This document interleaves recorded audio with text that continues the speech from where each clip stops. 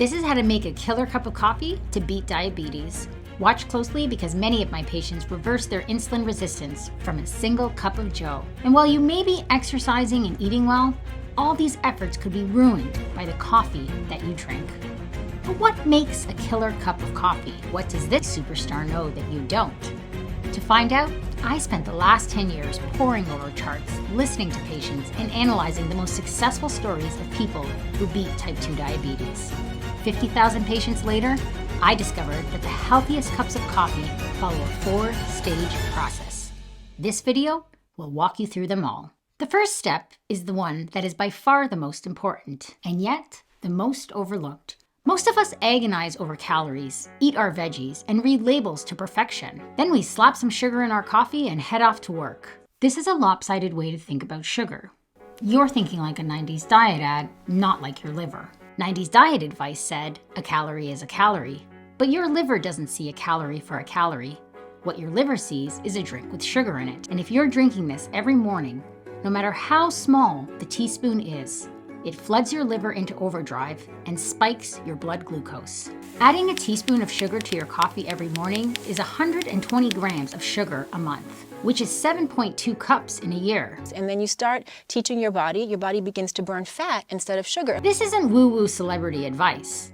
Halle Berry reversed her type 2 diabetes by cutting sugar in her coffee. Recently, experts have confirmed the benefits of sugarless coffee on Good Morning America. This could be great news for coffee lovers. This book saying that doing this, just drinking a cup of coffee, could be the best thing you do all day. Adding it won't just make you more alert, it could also wake up your diet too, burning fat, helping you stay satisfied, even boosting workouts. But is this the right diet for everyone? You can't boost your metabolism and burn fat if you're putting sugar in your cup in the first place. Which is why step 1 of making a killer cup of coffee is to stop putting sugar in your cup of joe.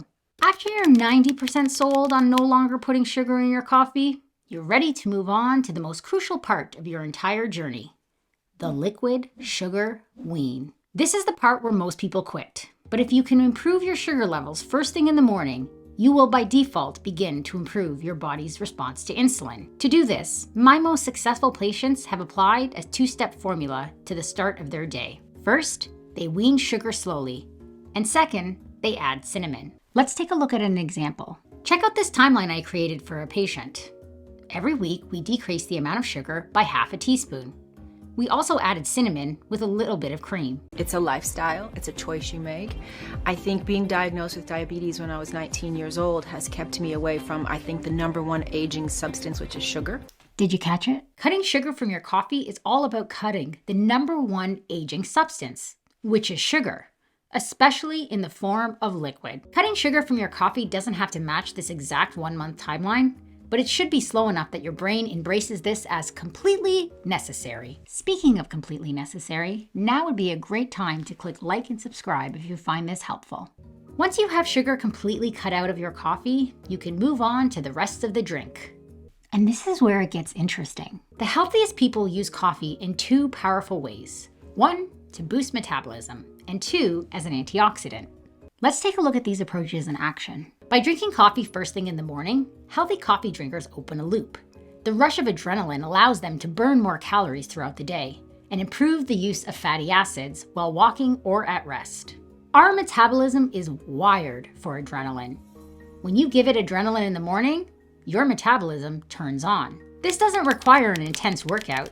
It can be after a simple activity like walking from the furthest parking spot at work, running up 1 flight of stairs, or heading for the train. Okay, at this point, you've stopped flooding your liver with sugar, successfully completed the slow sugar wean, and turned your metabolism on by drinking coffee first thing in the morning. You're off to a phenomenal start. But the healthiest coffee drinkers don't just meet the expectations of their metabolism, they exceed those expectations. And to do that, they leverage something called the antioxidant effect, which recognizes black coffee as an antioxidant. And research shows that drinking 1 black cup of coffee per day was tied to a 15% lower risk of death from chronic liver disease.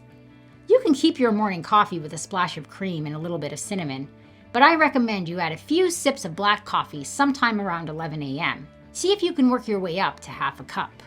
When it comes to the final construction of your killer cup, How do you know if your coffee is actually an Oreo cookie in disguise? Look at your coffee again, and again, and again. Look at it in a noisy coffee shop. Look at it at work. Get your friend to try it. If you or your friend think your coffee is too creamy or sweet, you can expect that your liver will as well. Go back to your coffee and cut out all sugar sources. The Milo, the maple syrup, the 2 pumps of vanilla. All of it has got to go. You can even download this visual as a reference and put it on your fridge. I'll put a link down below so you can download it for free. Take your time to get these right and you will see results. Reversing type 2 diabetes is hard. There are going to be days you give it everything you've got, but still see no change. And there's gonna be days you binge watch on Netflix and somehow drop 5 pounds. It's enough to drive you crazy. But if you're crazy enough to stick with it, you'll win in the end. You don't have to wait for some future arbitrary number on a scale to be a success story. You're already a success story right now. The stable blood sugar, it'll come. It's only a matter of time. A special thanks to my patients. Through each of your stories, I have learned how to inspire others to reverse their type 2 diabetes. Everything that I do and all that I teach is because of you. Thank you for that gift. If you like this video and you want more diabetes breakdowns like these, hit the subscribe button and smash that thumbs up. Otherwise, thank you so much for watching and I'll see you in the next video.